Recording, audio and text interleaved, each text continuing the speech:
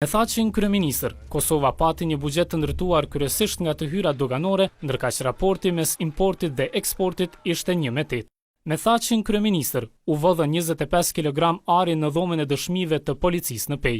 Me thaqin kryeministër, arsimi universitar u rënua nga politizimi i skajshëm i UP-s, nga publikimet plagjatur dhe nga 32 universitetet private ku shumë nga profesorët ishin bashkëpartiak të thaqit.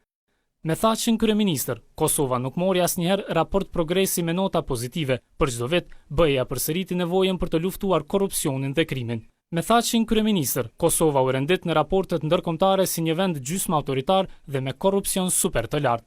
Me thaqin kryeministër, shëndetësia u dominua nga skandalet me klinikat private, ndër të cilat rasti klinikës Medicus me trafikimin e palegjshëm të veshkave. Me thaqin kryeministër, KQZ-ja u detyrua të dorëheqej nga kërkesa e saj për të vënë kamera në vend votime, çka u pasua nga vjedhja masive e votave. Me thaqin kryeministër, Kosova pagoi 6 milion euro kompanisë izraelite Saçi & Saçi për një spot publicitar që doli të ishte i kopjuar.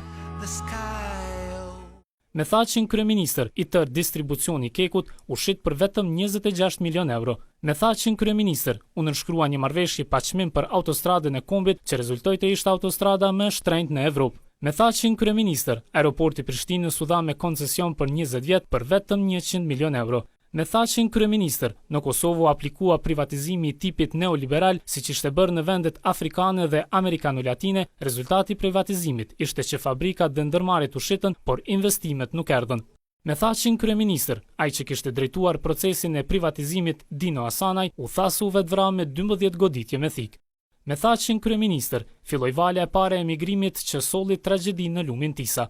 Me thaqin kryeministër, Mitrovica mbeti ndar përkundër aksionit të policisë së Kosovës në veri më 25 korrik 2011, policia u detyrua të zmbrapsej duke humbur pjesëtaren e saj Enver Zymberaj.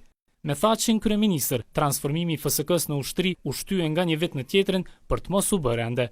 Me thaqin kryeministër, ekonomia e Kosovës mbeti e pazhvilluar njësoj si dhe projekti për të plani Banskoj Bullgarisë. Me thaqin kryeministër, 40% e kosovarëve jetuan të papunë dhe 40% e kosovarëve jetuan në varfëri.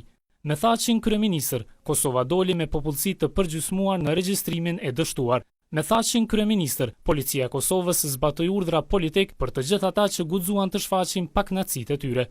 Me thaqin kryeministër, vetëm brenda vitit 2011, atij ju refuzuan 27 kërkesa për t'u takuar me burgshtetas të Europës. Me thaqin kryeministër, Kosova bisedoi pa ndërprerje me Serbinë, pa kushte, pa dënimin e krimeve të luftës, pa kthyer të pagjeturit, pa marrë dëmshpërblimet e luftës, pa marrë fondin pensional dhe pa marrë artefaktet arkeologjike. Brenda pak vitesh, ndryshoi aq shumë, saqë në një intervistë për Euronews, tha që kishte thënë se ai kishte qenë larg fronteve të luftës, duke mohuar të kaluarën e tij në UÇK, me të cilën ishte ngritur në politikë. Si kryeministër, ai bisedoi gjatë me krerët serb Dačić dhe Vučić, dikur bashkëpunëtor të Miloševićit dhe Sheshelit, mes të cilave ai negocioi marrëveshjen për asociacionin e komunave serbe. Pronto? Allo, pronto? Come stai? Se si kishte qeverisur Thaçi, u kuptua më mirë pas rrjedhjes së disa përgjimeve telefonike të policisë, ku në mënyrë krejt të papërgjeshme për një kryeministër, ai dëgjohet teksa flet me një stil mafioz në italisht, gjuhë të cilën ai nuk e njeh. Me thaqin kryeministër, Kosova u bë një toplajm i mediave botërore pas akuzave të Dick Martit, sipas të cilave Thaçi kishte drejtuar një grup kriminal që kishte trafikuar organe të serbëve në atë që njihet si shtëpia e verdhë. Hashim Thaçi premtoi që do ta padiste Dick Martin, por ai nuk e bëri kurrë këtë. Thaçi nuk bëri asgjë për t'ia hequr UÇK-s barën e akuzave për trafikim organesh, çka solli gjykatën speciale. Pas dështimit të votimit të specialis në qershor, Thaçi shtrëngoi deputetët e tij të votonin të njëjtat amandamente me 3 gusht të 2015-s. Të lejoj që gjykata speciale të barazoj.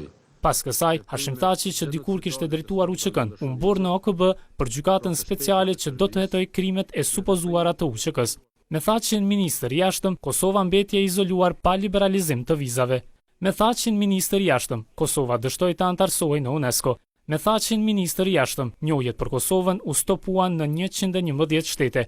Me thaqin ministër i jashtëm, ai nënshkroi marrëveshjen për demarkacionin me Malin e Zi, e cila mund ta lërë Kosovën me 9000 hektar tokë më pak. 18 vjet pas hyrjes së tij në politik, Hashim Thaçi mëton që karrierën e tij ta vazhdoi si president i Republikës së Kosovës.